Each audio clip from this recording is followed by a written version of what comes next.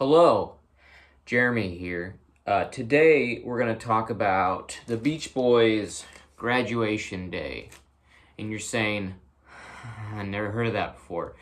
It's because it doesn't exist, except in my mind and also in physical form on this record that I made. This is a little bit different than the last fake album I did. That was really more of an album that could have existed if some of the tracks had been finished. This is more of a compilation of some tracks from 64 and 65, a lot of singles that weren't released on any albums, a lot of alternate takes from around that time that I really love. First, real quick, let's talk about the album cover that I made here. Now look, I'm not an artiste, so this is the best that I could do. Actually, it probably wasn't even I could have tried harder. But this is as hard as I wanted to try. I'm sure the font could be better, but I really love the photo, and I love the general layout. This photo, I think the first time I saw this photo was maybe on that Keep an Eye on Summer digital release that they did that covered kind of 64 to 65. But it's a great photo session, and I love all the photos from that session, but this one especially I thought would go great on the cover. It's got Brian up top dog, and then everyone else kind of below. It's a great photo of everybody. Look at Dennis over here. He's just loving it. He's just loving life. Peak happy-go-lucky Dennis. Look at Al. He's got a dreaming of the feud that him and Mike will have 50 years later. And I love the suits and ties.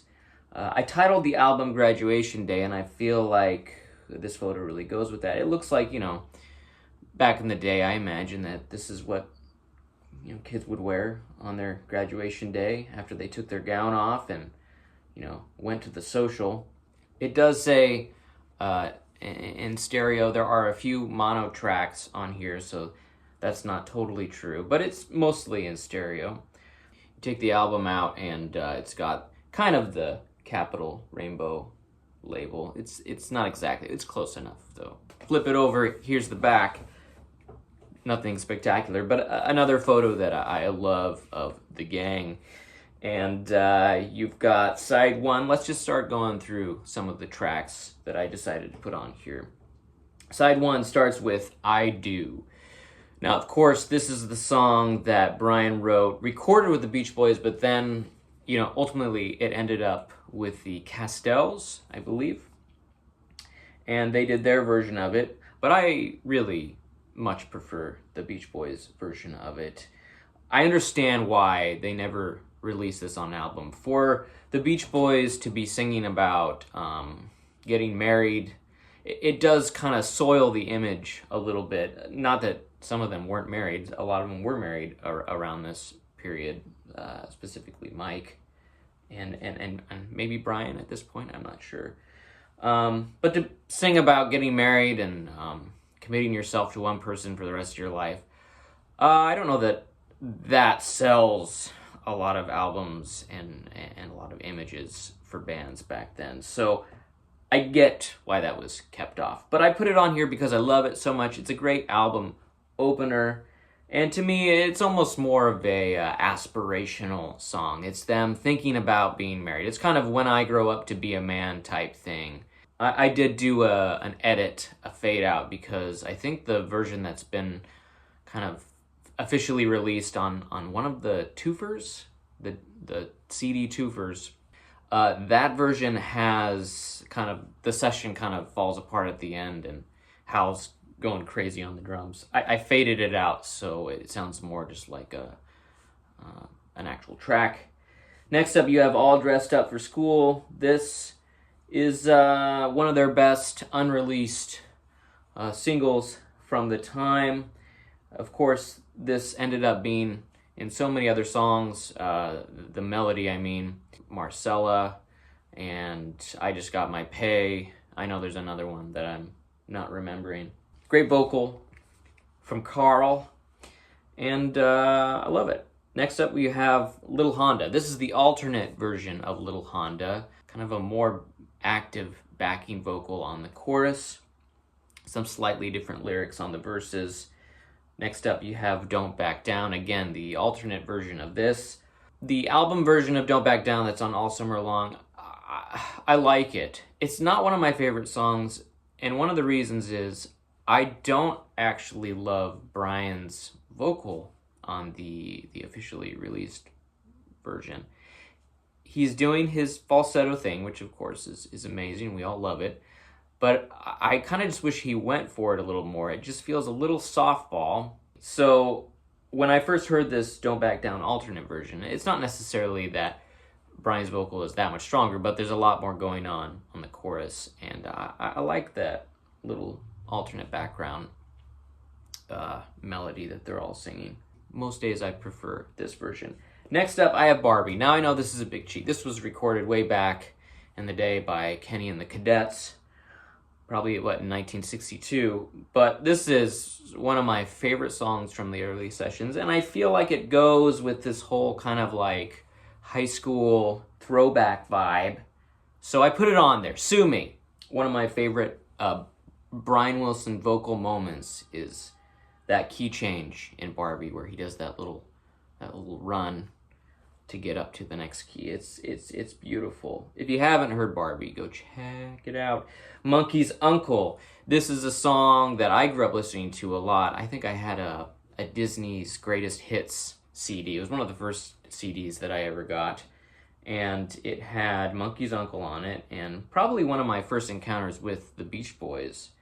It's a great song from this period of time. Of course, you know, it's not their song. It's Annette Funicello's song from that movie. But I've heard that, they didn't have much to do with the production on it, that this was primarily a Disney thing, and that the Beach Boys just kind of hopped onto it.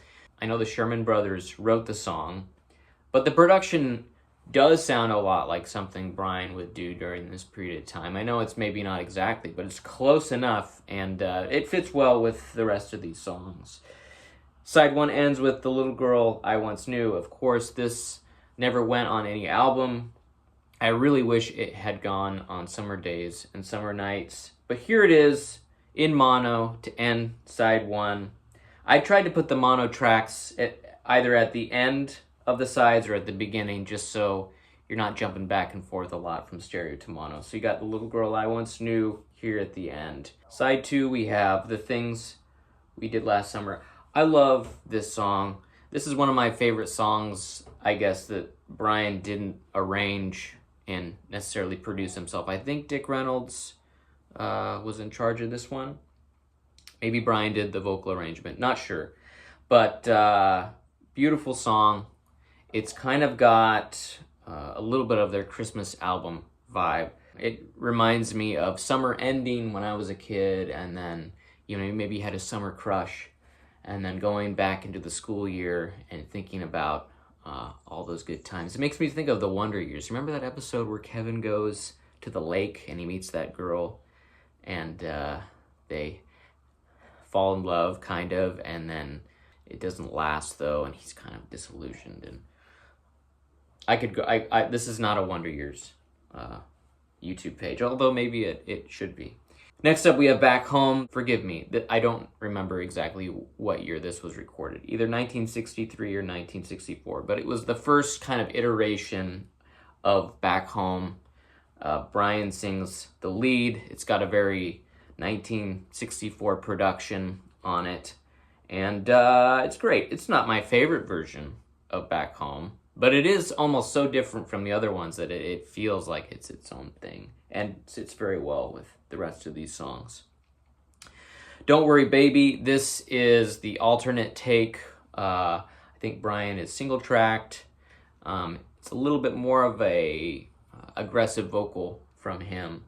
He's attacking it a little bit more head-on, and I always love listening to this. I think this came out on the Made in California box set, but anyways, I stuck it on there. I'm So Young, again, another alternate version. This is the one with the little jazzy flutes. I love this version of the song. I don't love it more than the album version on today, but I love it just as much. Next, you have Graduation Day, Again, a single that did not end up on any album. This is a great song. Put it for the name of the album. There it is. Not really much more to say about that. Guess I'm Dumb. This is just the instrumental of Guess I'm Dumb. I don't have the Glenn Campbell vocal on here. I know I have Monkey's Uncle on here, and that has Annette Funicello kind of singing her lead, but I just didn't want to put Glenn Campbell's version on here. I don't know why. Please stop asking me. The Lord's Prayer ends the album. I love the Lord's Prayer. I've always loved it, and it feels like a nice little closer after this little instrumental here at the end. And that closes it out. That's it. That's the album. I'll be honest. This album I listened to quite a bit. Of all the fake albums that I've made, this is probably the one I put on the most. I just love it. I love all of these tracks. I know this is a bit of a cheat when it comes to alternate albums, but again, it's more of a compilation and less of an alternate album. I'll try to make a Spotify playlist that represents this. I Do is not going to be on Spotify, I'm pretty sure, but I think the rest of the stuff might show up somewhere. If not, I'll make note of it. But what do you think of this track listing? Hate it? Do you love it? Do you gotta have it? You know, as Cold Stone used to say. Do you like the cover? Do you hate it? If so, be gentle. But that's it for this one. Again, I do have a lot more of these alternate fake albums that I want to show you all.